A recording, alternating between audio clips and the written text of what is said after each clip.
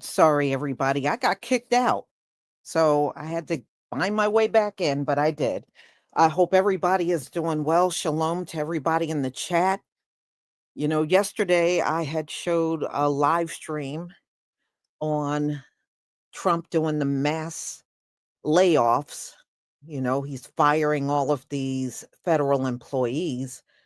Today you're going to see some responses to what Donald Trump is doing. And some of these people are the ones that receive notices, and you can see their reaction. One sister in here, I felt so bad for her. She started crying, and boy, I hate to see a sister cry, especially over something that is beyond her control. And you can tell she was really hurt from being let go. And a lot of these people, y'all, are not newcomers. They're not all newcomers. Some of these people have been working for the federal government for more than a decade.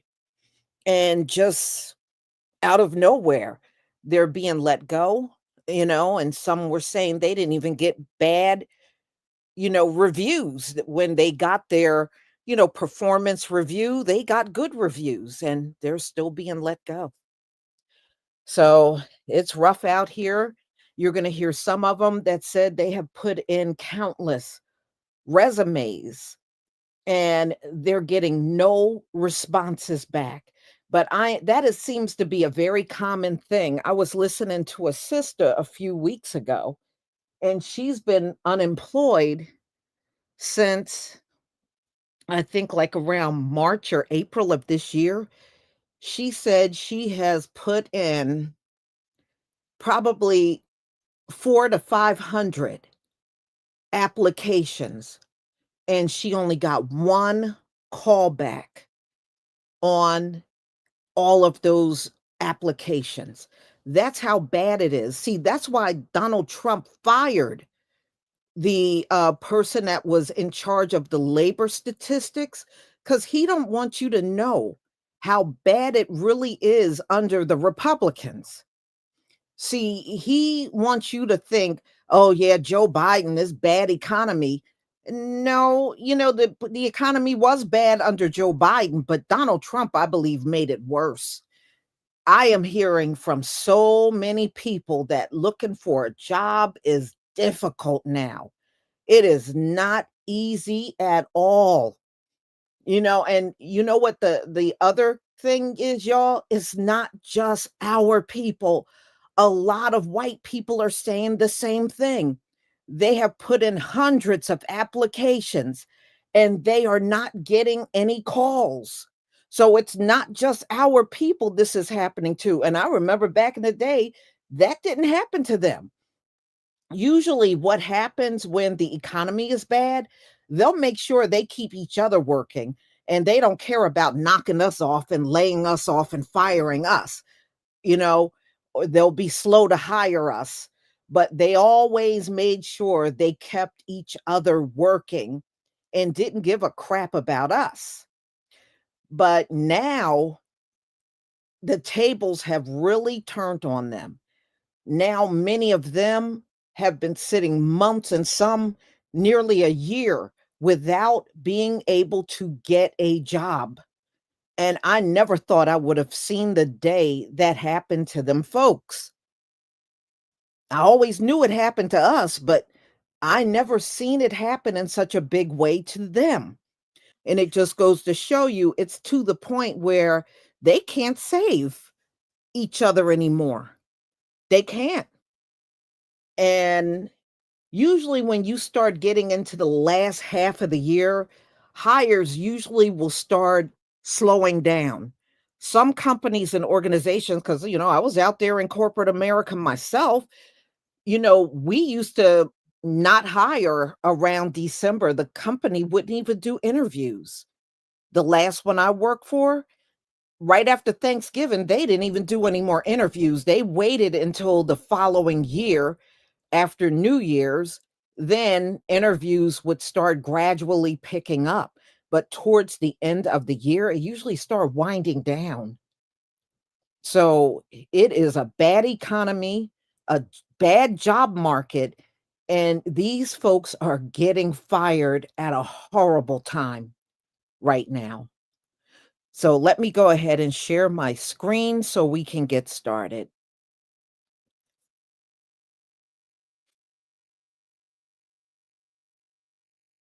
Okay, now this first lady, she is going to explain what her department does.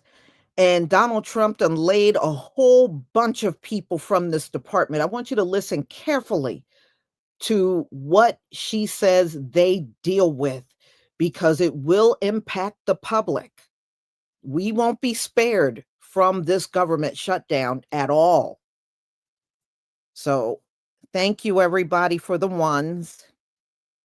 Okay, here we go.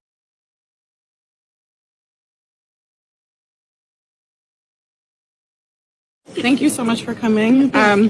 So I was at the US FDA in the Center for Devices and Radiological Health, and our entire communications office was decimated. So right now, if somebody has a pacemaker inside their body that is failing, there is nobody there to communicate that to the public. So we covered everything from Band-Aids to brain implants to breast implants to pacemakers to hips.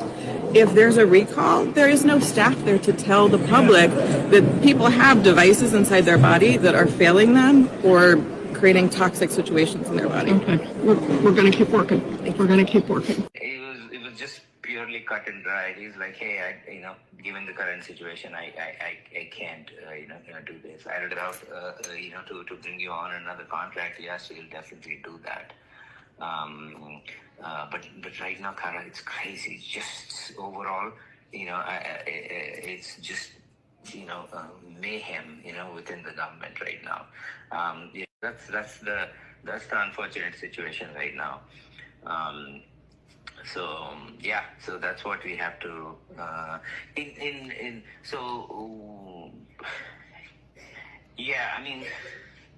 so you still have some GFE, right? You have the laptop and what else do you have there? Yeah, I have my laptop and my PIV. Okay. So so call the help desk and ask them, hey, how do we return it? Mm-hmm. I'm assuming they will, send instructions on how to do that. Because there's a lot of different kind of direction coming from the administration itself overall. So so they don't know what they're doing. Meaning. But it wasn't anything based off performance or anything like that. No. It is not based on our performance or anything like that. It's just this whole situation of the government, going through, so much change. Funding has been, overall funding has been cut, and they're canceling a lot of the research. Today is the last day. Okay. Mm-hmm. So yes, you can reach out to us. We don't usually do a discharge letter per se.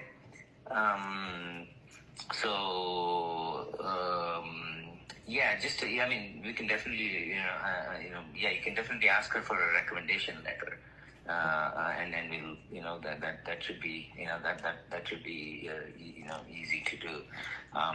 The discharge letter is what is the email that I sent is what would be the discharge letter. Okay, sounds good.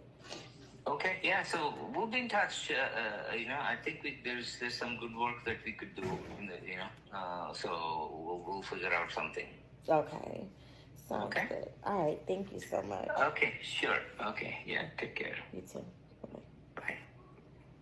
Happy Saturday from your girl who's been fired, laid off, canned from the federal government. Just coming here to give you guys an update. It's been a minute, like a week or so. I haven't gotten any yeses. I'm still applying. I'm still staying strong, even though, given this economy and the numbers and statistics that have come to light, I have learned that I am one of 300,000 Black women that have been laid off in this economy. Can you believe it? I'm so threatening just by being beautiful and black that they had to take my job away from me. So now there's no jobs as it is to people that don't have jobs. So the economy is hitting a recession for sure. And I will say, I am glad that I am blessed to have severance pay because everybody doesn't have that. So I have to start looking at the glass half full. I was doing that before, but I'm holding on to that. I'm also pivoting the way I'm looking at trying to find a job because I do have options. I'm also pivoting my perspective on how God is holding me because I've been in the workforce for a long time and I've had several jobs. So what I've learned is whatever job I've been given was by God and it was by merit and it was networking. So I'm pivoting. When I say I'm pivoting the way I look at the job market. I'm looking at it from the perspective is that I have to start networking outside of my workforce. And it's unfortunate my workforce is just the federal government. So I have to start networking and working with others outside of that workforce, which is going to be hard for me because I was in one place, one entity for like 22 years. And we really did my field, which is human resources and business partnering and HR. We really didn't get a chance to really go outside of the private sector. I mean, go outside the public sector of the federal government. It was just more networking with other federal government employees. That's why when I used to go to SHRM, it wasn't geared towards federal government because it's more geared toward private sector. So that's where I'm at. I'm not trying to be defeated. I'm trying to still stay positive, trying to pivot my perspective and my mindset versus letting the evil people win because they could care less about who I am and what I have to offer. But I know there's a higher power and he will create something for me. I just have to sit, be patient, and wait for that creative job. And I know I'm going to get it. Just got to pivot my standpoint, pivot my perspective, pivot the way I'm handling it, and hopefully, I miss working. So hopefully, I'll be able to get a job and use my skill sets and my, advantage and go back to the workforce. I'll keep you guys updated. Other than that, enjoy this beautiful weather. Bye. Hey everyone. My face is dry. Just sitting in my car. Bittersweet moment. Just left the local VA clinic, turning in my equipment from my remote job that was unfortunately terminated back on the 13th. I didn't think I would get upset because I know I did nothing wrong other than being on probation. But still hard not to take it personal when someone questions my work ethic and my integrity. And I hope that all of us affected can, I'm not worried about getting reinstated because I know they're still downsizing and trying to make cuts, but, making it right that we were not terminated for performance. Some of my colleagues were denied unemployment because it was performance related, and it's just not fair that those things were done to us. So just wanted to share more. I'm not meaning to ask for pity or anything. Just, if you're a praying person, please say a prayer for my fellow federal employees that are affected and all the ones that are still employed that are going through reduction in forces right now and being forced into other positions or taking away their jobs and abolishing their jobs where they don't have any other options but to find work elsewhere. So anyway, just having an emotional moment. So I hope you guys all have a good day.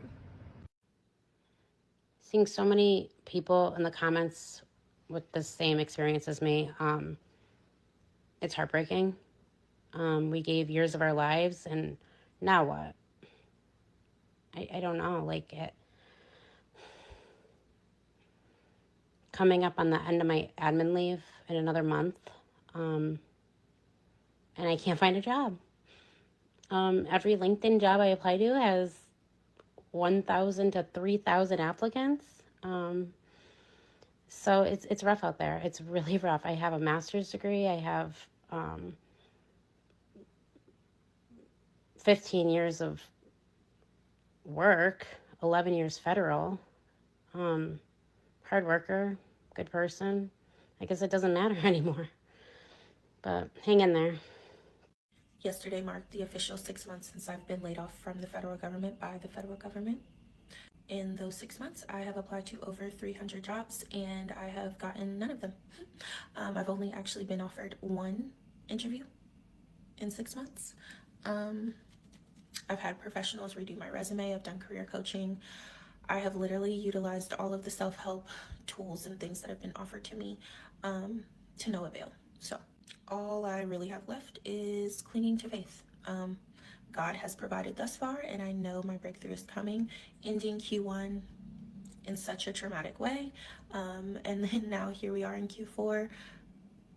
I know God's going to do his big one, but I'm just waiting on the win. A federal employee. I'm a chief steward for the National Treasury Employees Union. You were. I was. We have lost our collective bargaining rights because of a bogus executive order from March that violates statutory law. So we need Congress to act to restore our collective bargaining rights and our union contracts. And federal employees have been through hell for 7 months. I just got my separation package, and honestly, this still doesn't feel real. I didn't realize how much of my identity was wrapped in my job title until I lost it. I thought my worth was tied to being needed, being productive, being busy. But when it was gone, I had to face me. This season has humbled me.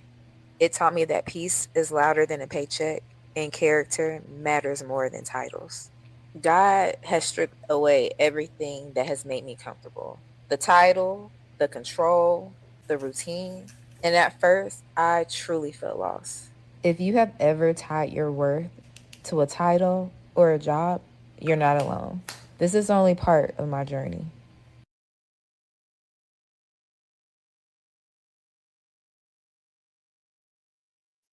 You know, in the coming weeks, it is going to get worse with these folks coming online and talking about losing their federal jobs. And the thing is, Donald Trump, he says it with a big old smile on his face that he's cutting these jobs. You know, you can just tell he takes pleasure in firing people. And he doesn't care. I mean, listen to what he says. Everybody don't deserve back pay. Well, actually they do if they got up and came to work every day and been there for many years. Yeah, they do deserve that. And who are you to say somebody don't deserve something? I mean, that is just absolutely ridiculous. But see, this is how Donald Trump has been doing business for years. If you go and look at his track record, he's always firing somebody or he's always undermining somebody. You know, and now look at what he got his attorney general doing, Pam Bondi. He exclusively wants her to go after all of his enemies. That's not the job of the attorney general, is to go after the enemies of a sitting president. You know, she should be looking into the things that are going on, you know, especially things that can't be resolved on the state level. And a lot of these murders of unarmed people, you know, that's the kind of stuff she should be looking into, not avenging Donald Trump's enemies. I mean, what the hell? That's not what she's for. But he doesn't care. He doesn't care. He's not impacted by nothing that's going on. I heard through his crypto alone, he gained $5 billion. Donald Trump has gained $5 billion. And they said, you know, probably over the next 3 years that he's in office, he's probably going to get $7 billion more. That's all he's concerned about. And I gotta do a live on the big the crypto market crash, y'all, this past Friday. It took a major hit.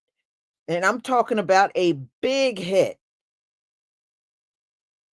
So, a lot of people lost a lot of money in the crypto market. So I might be talking about that. If not today, perhaps tomorrow. I'll be getting into that because Donald Trump had his own crypto and so did Melania. They all had all this crypto. And from what I was understanding, Donald Trump actually manipulated the market.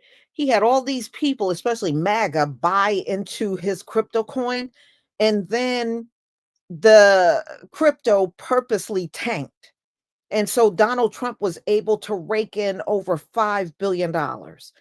First of all, I can't see how anybody would even trust Donald Trump at this point.